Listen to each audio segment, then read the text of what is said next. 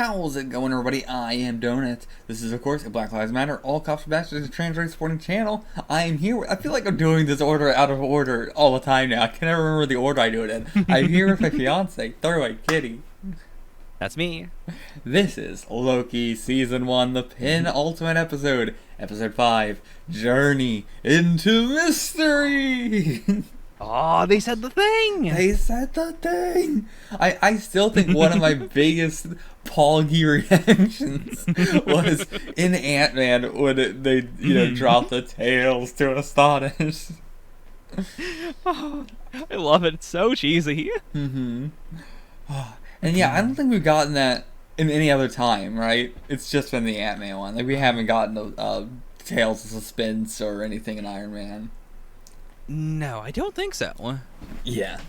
I mean, we might have seen something like that on, like, the Captain America memorial thing. You know, they had some comics up there. There might have been Tales of Suspense, because he originally ran in Tales of Suspense, but... Oh, I guess not originally. They probably would have had the 40s one up.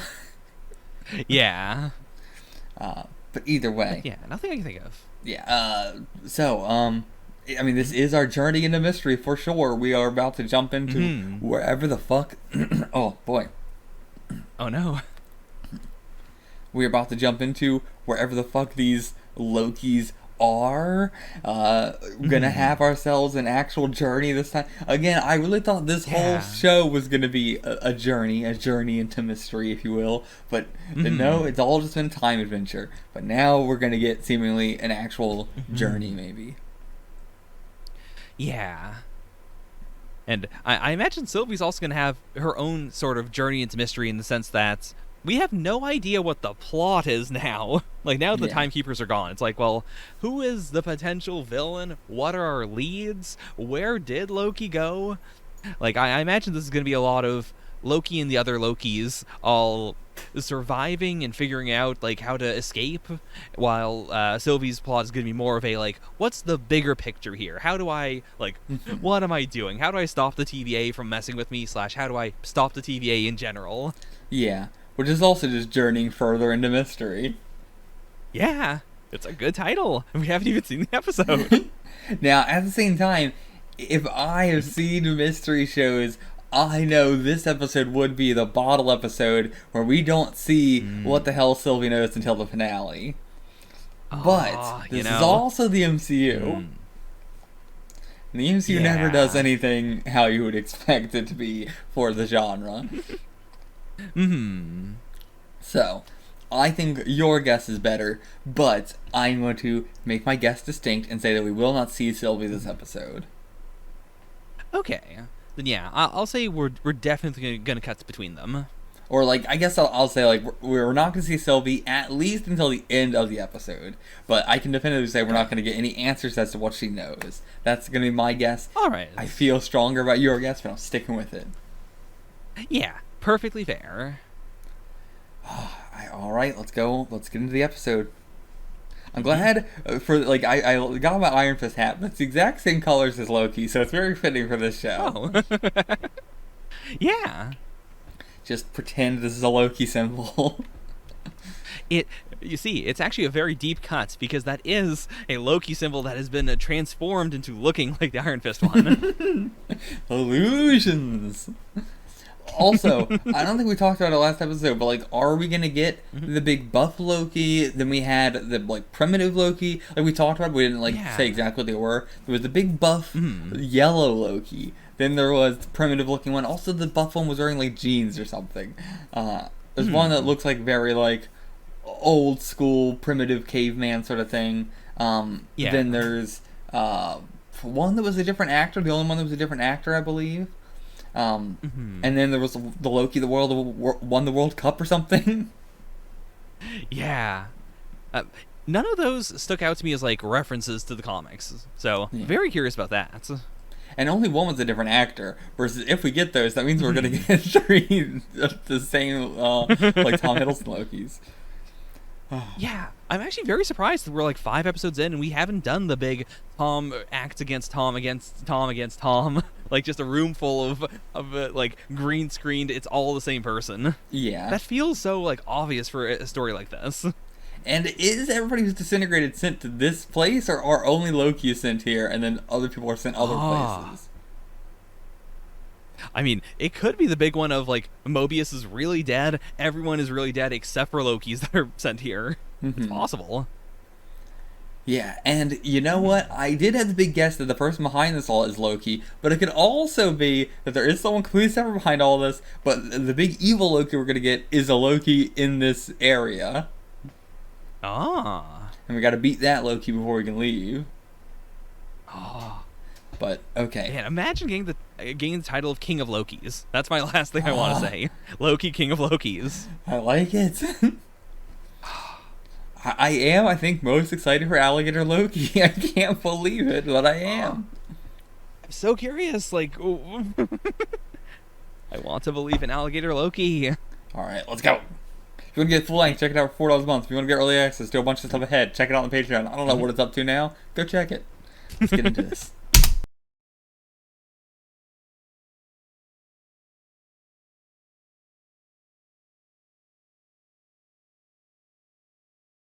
I've started recording. I'm saying a little thing. I've started recording. I'm saying a little thing.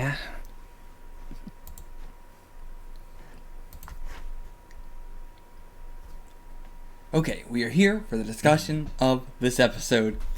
Honestly, I will say first, right off the bat, I was really hoping to get more Loki shenanigans.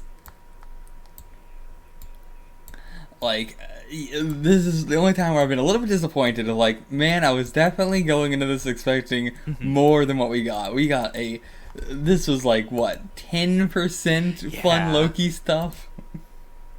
And yeah, like, clearly they knew that's what that is what people wanted, but it felt so low budget in a sense.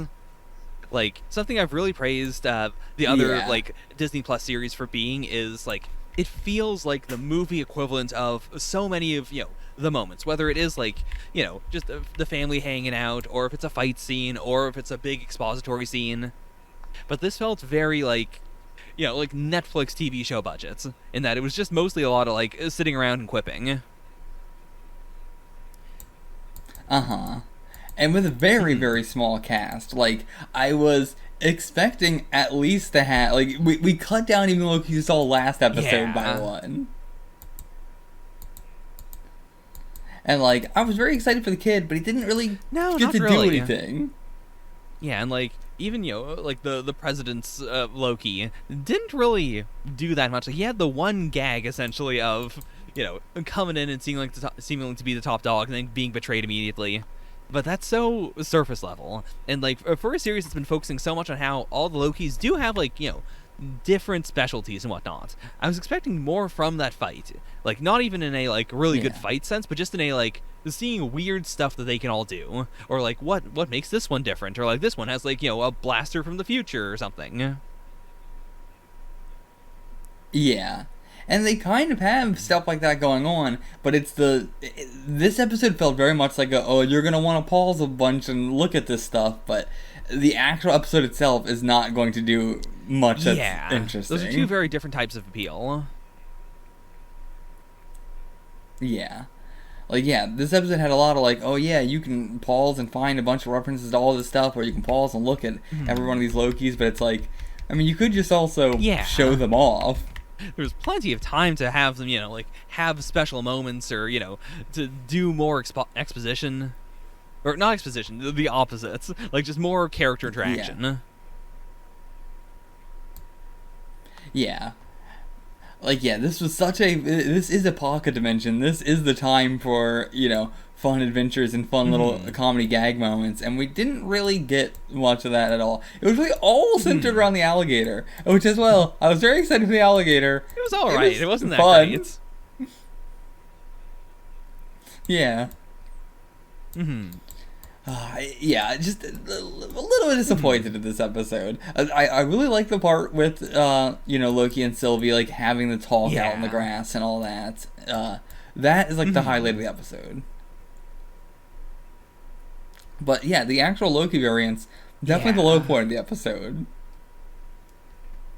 Like, the Sylvie and Ravonna stuff was very interesting, but, And I really like the concept behind old Loki. Like, he's the one who gets really the most focus of all the new variants in this realm. In that, like, we get his backstory, he gets a long talk about, his ethos, he gets to have the big, magic moment at the end, the big sacrifice. But, yeah, I just wish the others had gotten a little more. I want to like him. This is like the stuff I really wanted as soon as we, introduced the concept of more than one Loki in a series at all. It is the big, like, what are the various paths that, a Loki could take? And especially the doomerism, the fatalism of it all. The idea that, like, they're doomed to fail and that they've tried so many different things that's all led them to here. Like, the stuff they talked about is very interesting, but yeah, it just feels like the execution of it and the actual, like, showing us examples and stuff really, left me wanting. Yeah, especially, like, they're all very, very serious, and we have, like, the old man Loki is the only one that is slightly comedic. And it's just, like, it feels unfitting for Loki that the vast majority of him is very, very serious. And very, what I would describe as the opposite of fabulous. That's a good point. But yeah, even in the scene where we have two Tom Hiddleston Lokis, they do not interact at all. The moment we saw the President Loki, I was so excited. That was the big, like, oh, we're gonna do some real interesting stuff here, and then, not really. And the moment we saw the one that we've been seeding since episode 2, and then we got absolutely nothing with them.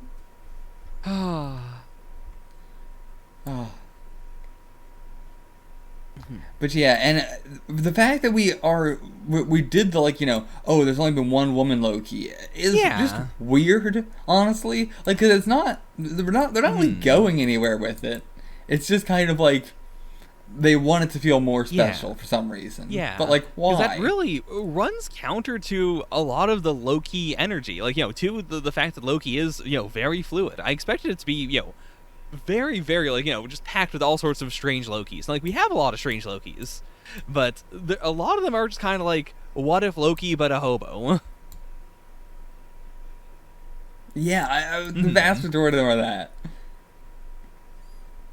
But yeah, it's so, like, if we're gonna get variants, you would assume they would be what you could imagine a Loki looking like, and not like just, I'm just gonna look like the most generic so many person. Of them, basically just look like some dude. And it's like, especially with the fact that, maybe not all of them can do it, but a lot of them should be able to, like, whether it is make themselves look like something or actually manifest something different, like the cloth. Like, this is a situation where, like, even if it is an apocalyptic scenario, Loki is the one being in the MCU who could still, be fabulous or be different or, like, do stuff that doesn't look practical. Because it's like, yeah, it's fine. It's just an illusion. It's just there to make that individual Loki feel like they're having some fun and to maintain some level of sanity. Yeah, like, why does the President Loki have torn clothes? Like, are we to believe that our Loki is the only one that can do, that sort of shit? Yeah. Like, it's just weird. It's just because the Lokis we see that are, like, the misfit Lokis all do have outfits that are very, like, well kept, except for Old Man Loki. But, like, the kid, the black guy, they were both very, like, had, like, they were dressed up nice and everything. I didn't even think about it, but yeah, like, President Loki having torn up clothing feels so bizarre, because that's also so counter to what I assume his whole tactic was here of, like, hey, I'm the one who actually won, I don't know why I'm here, or, like, the TVA, cheated, but don't worry, I can get you out of this one. Like, that's such a smarmy, schemy energy that I really wanted to see. But the torn clothes immediately throw that into conflict. That makes it sound like he just was running for president and then happened to show up here, as opposed to, like, trying to use that for a specific purpose. Yeah. Not much to say about it. Just also, for being in a void where everything is happening all at once, didn't do a whole lot with that. Yeah, like, there's such a difference between being able to look into the back and see, like, oh, that's a Chitauri ship or something, and having it just be up and close, and, having it be a world where all sorts of stuff is just sort of mishmashed together. Yeah. Like, there was, like, a few moments where it's just like, oh, the Sphinx is there. And it's like, yeah, it's kind of cool. It would be more cool if it was relevant in any way. Like, they're jumping on it or whatever. Or even... And the fact that, like, just the vast majority of the stuff around is just, like, a car graveyard. It's just like, why? Yeah, it feels so not... It's such a weird midpoint. It's like, midway through the episode, my thought was like, oh, it's like Sakaar, in the sense, it's a place where things that aren't wanted anywhere else end up.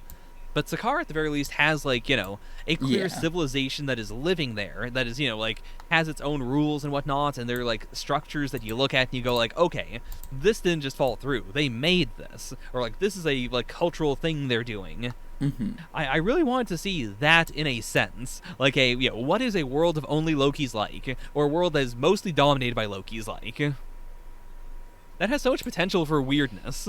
Like, they could have, like, spray painted the Sphinx. Yeah.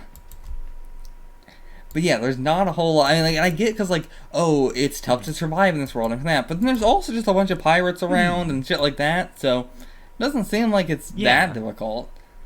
And it's that, like, this is supposed to be, like, a, crazy huge void, I would assume. But it seems very, very tiny. Yeah, like, the fact that,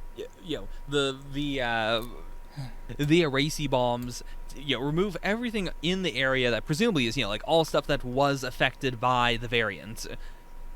Like, that makes it feel like, there should be way more, like, Avengers Towers, for instance. Like, there should be more specific things, I would imagine. In the same way that there are, like, a lot of specific Lokis. I'd imagine there'd be more, like, Mjolnirs hanging around from, like, the various Lokis that tried to steal Mjolnir and actually managed to pull it off.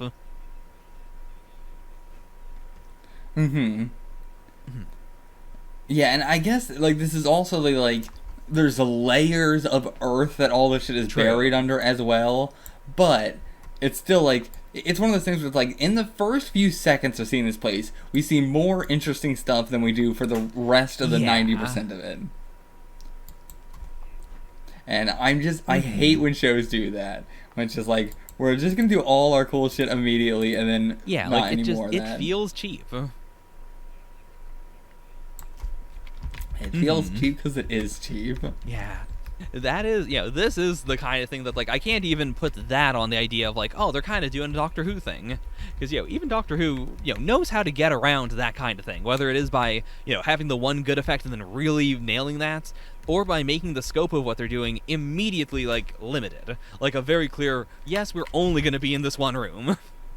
Or, like, like, here's the interesting thing, but, we are going to, like, we made an actual set for this interesting thing, and that's the only thing we're going to focus on for X or Y reason. Whereas this does have the feeling of just like, it's just a big-ass plant with not a lot of interesting stuff on it. Some, but, it just doesn't have a lot of personality to it. Like... Yeah, I think that's the thing. It doesn't have much personality to it. It's just kind of like if we had another sequence where, like, a character is being, like, thrown through portals through various places in the Marvel universe or the multiverse or whatever. Like, when we got here, I don't know if I would immediately ping, like, oh, it's this specific place as opposed to it's some other shitty apocalypse place. Yeah. Yeah. Like, I don't know what else to say about it other than just disappointing. I think we're done with that part. I wish we got more. I like what we got, but it's just this was their one opportunity and they fucked it.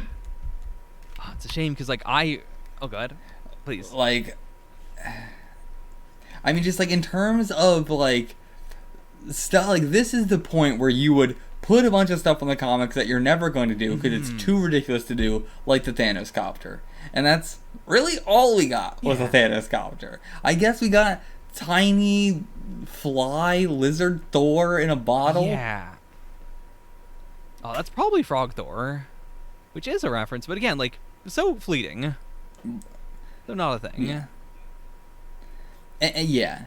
And like, you know, it's, I mean, that's cool, but it's, again, it's one of those things where it's like, you gotta pause it to know what the hell that even was.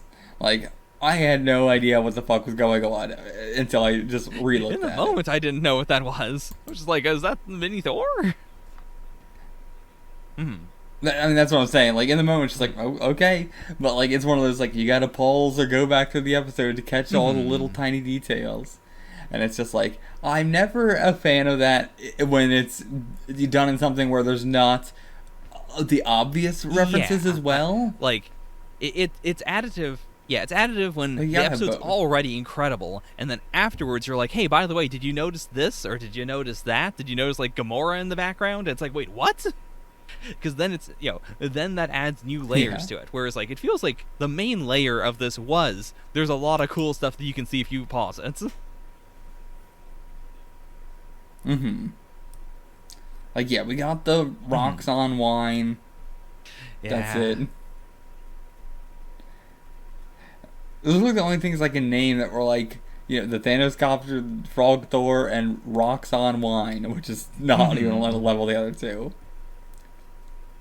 Oh. It's a shame because, like, I think we were both very blown away by the very intro to the episode.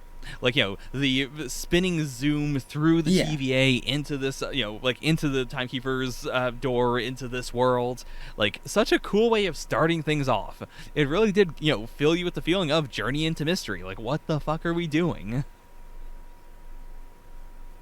And yeah, I think that's the biggest... This episode is called Journey into Mystery, and it's so low on the Journey into Mystery.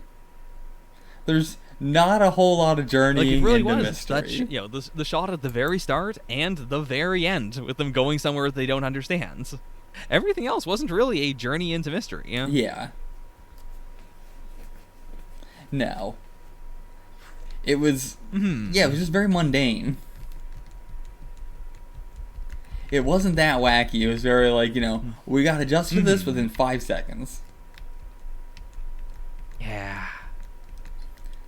But yeah, just for doing Loki stuff, this is so crazy. Like, they're really not doing much at all for Loki. A little disappointing.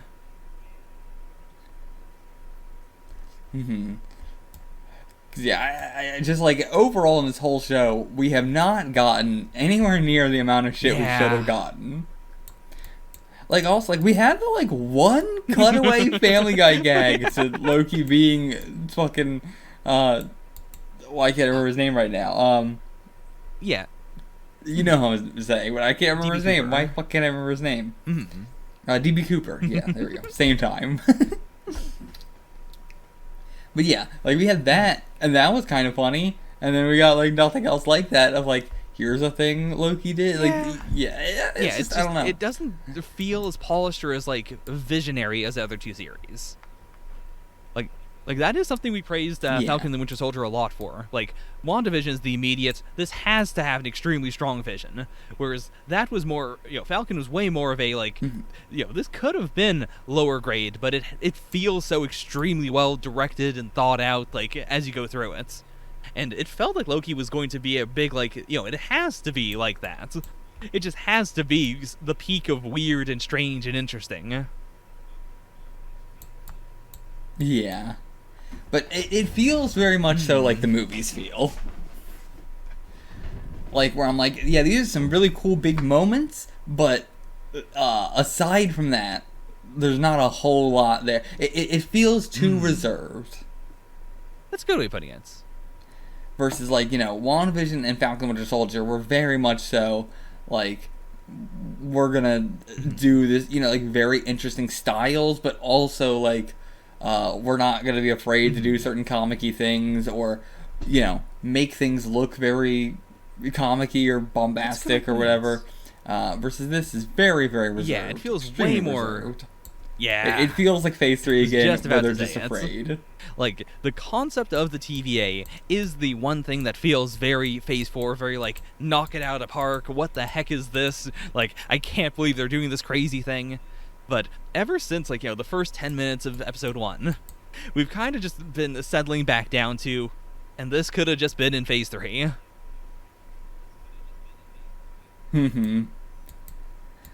Like, yeah, even when it's like, I liked the show for being a, like, queer metaphor sort of thing, and then we just kind of haven't done that since episode 3.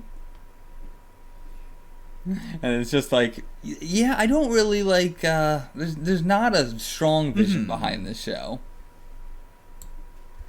There's a lot of strong ideas, but it feels like this one had the most red tape. Yeah, weirdly enough, I do agree with you. It does feel very weird. Even, like, in this episode, it felt like there was a whole Mobius scene that was cut out. Like, where they're just like, oh, what do you think about Mobius' theory? And it's like, oh, I guess he talked about that.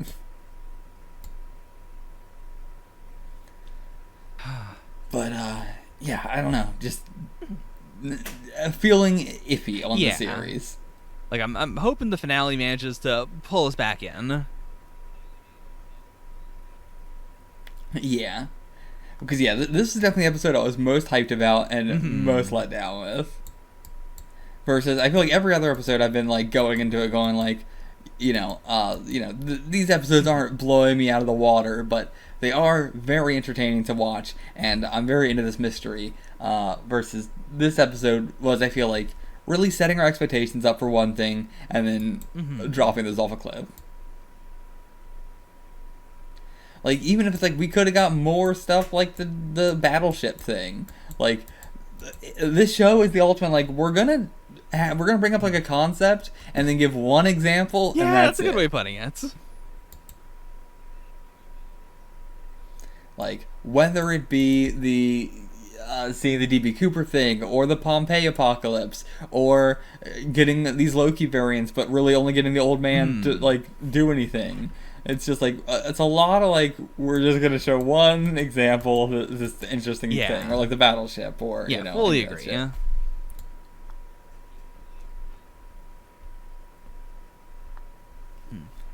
But yeah, so yeah, I hope the finale sells us more. Anything else you want to talk about with this episode? Like, again, the Ravonna and Sylvie stuff at the beginning, I liked that a lot. And I liked what we got with B-15 and Ravonna. Like, that stuff was actually very interesting, and I cannot believe that I liked that more than I liked the Void stuff. Yeah, that is wild. Because, like, when we first cut to it, I was like, no, don't spend any time on this. I want to spend as much time with the Void stuff as possible. And then by the end, it's like, okay, you know what? I'm fine. I'm glad we're cutting back to the Ravonna stuff.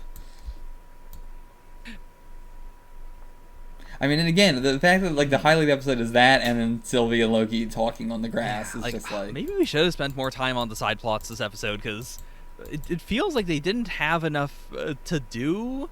But also, to be fair, this is Disney Plus. Like, they don't have a time limit. They could have just made this a short-ass episode. You know they're not going to. There are so few fucking things that do that. Did Falcon do that, or am I wrong? No, Falcon and Winter Soldier definitely didn't. Every episode is at least over 40 minutes. But yeah, I mean, I can't think of anything that's done it but Squid Game.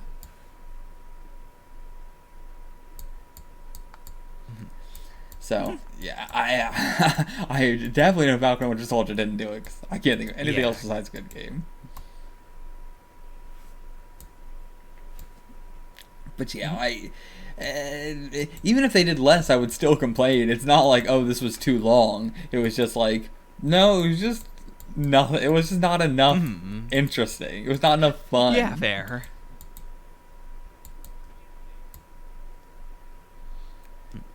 But yeah, I think you hit it on the head. Like, comparing this to Sakaar is really like all we could say. Like, the fact that Sakaar was more interesting than this, and this is all of time happening at once. It's like, this is all the time happening at once, but not really. It's more just the 21st century or whatever. And even then, like, there's just, I'm not going to keep beating the dead horse. It just feels like there's so much more they could have done with that, even if they have the rule of, it's mostly Lokis that end up here, and so it's mostly people from, like, a certain group of time.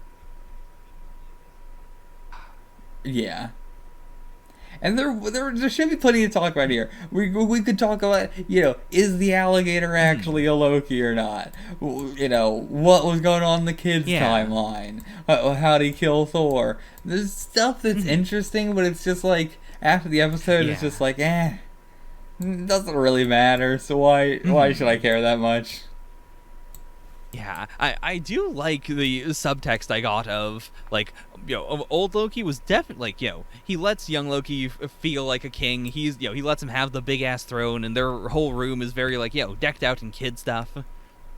And I don't know, I'm so ambiguous on the alligator.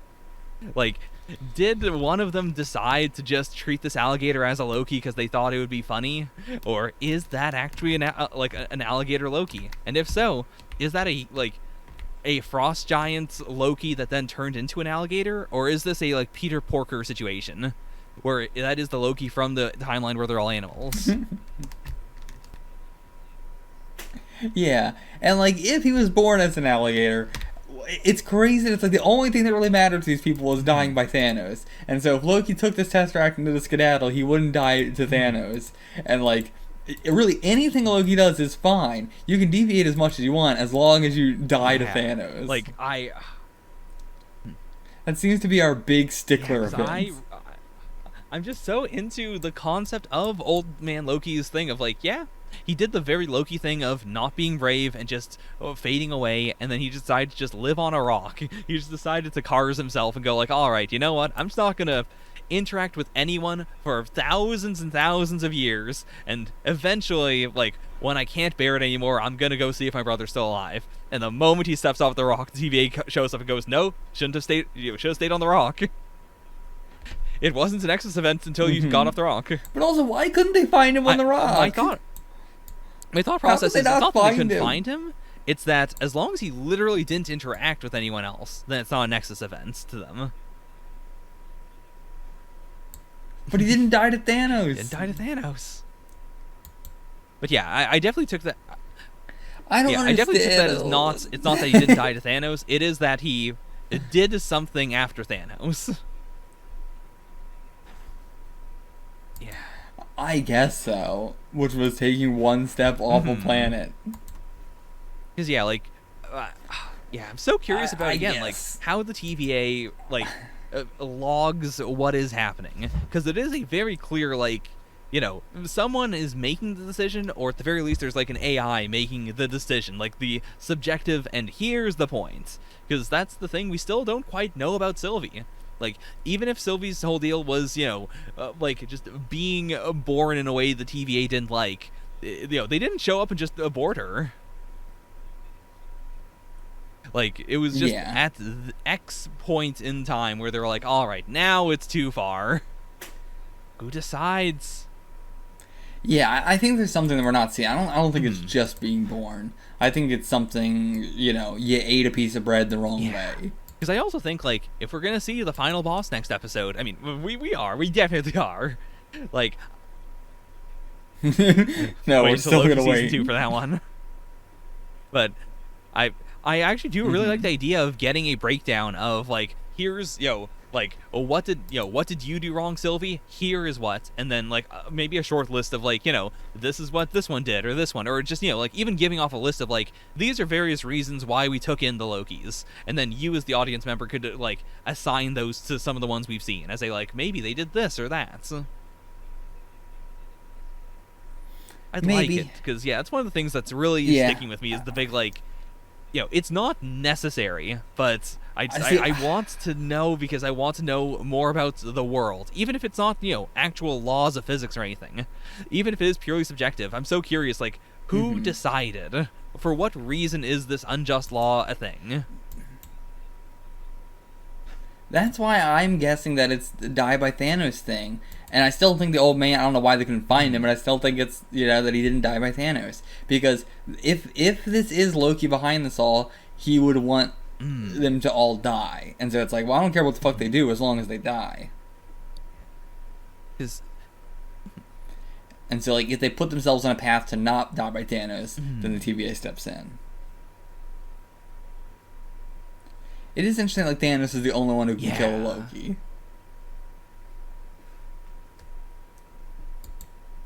Also, that, like, you know, like, I guess if it is Thanos is the only one that can kill Loki, that's why Loki would want them to die to Thanos. But yeah, I'm feeling more and more confident that there is a Loki behind this all. I don't know what else would feel, like, satisfying at this point. Yeah. But I also have trust issues with this show now. And I don't know. Are we going to get an explanation for why Loki could do the big push? I'm still hung up on that. I'm not hung up on that, but I don't blame you for being hung up on it. I am, because I feel like it throws everything out of whack. It makes me recontextualize every scene that Loki's ever been in of why does he not just do the big push? Why does he not use his psychic powers? Why didn't he just push Alioth away?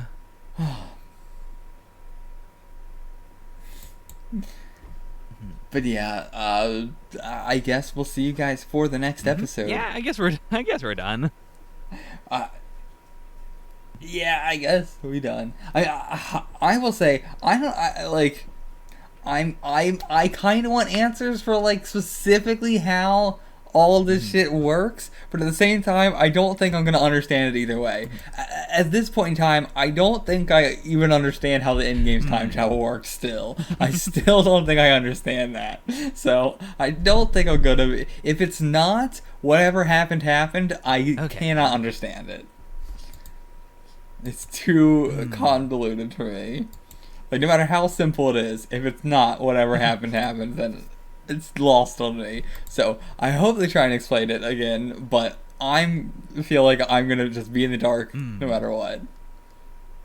Yeah. Go ahead. But cause I mean, just like I still don't really know what the fuck a branching timeline is, how that works.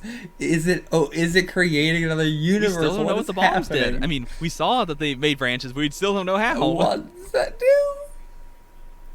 Yeah. And they kind of just don't seem to care about that. They're not doing anything about it.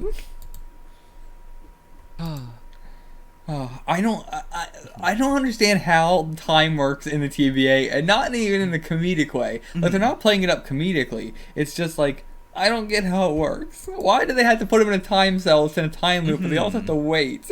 Yeah, like, it does bug me that, like, very early on, episode 1, we set up the concept of the moment we in the TVA see that something is happening, we have to fix it, like, right away, in our perspective. And that, I thought was going to solve a lot of problems, but it's opened up so many more problems in that, like, I don't understand what they're... Yeah, God. Yeah, because if this is all arbitrary, why does that matter? Like, that's fucking me up too. I get what you're saying. That seems like a nexus event is the fundamental law of the universe then. Yeah, but like, how? It's a problem of, like, there's so many series where you can fix the problem by saying, well, someone made it up, and so, like, obviously the system's inherently broken. And that is what Loki's already said. But even within the broken system, the question is, like, if I could just sit in the TVA for a year, what would it normally look like? Because I still don't really understand what the normal base of operations is like, let alone, like, all the, like, monkey wrenches being thrown in.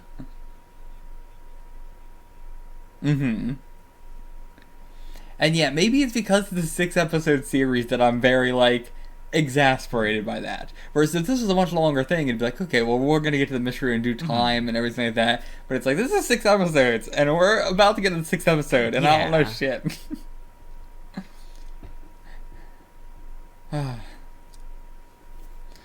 But yeah, we'll see you guys for the final episode. After the final episode, we will talk more about this stuff, and we'll see how it all shakes out then.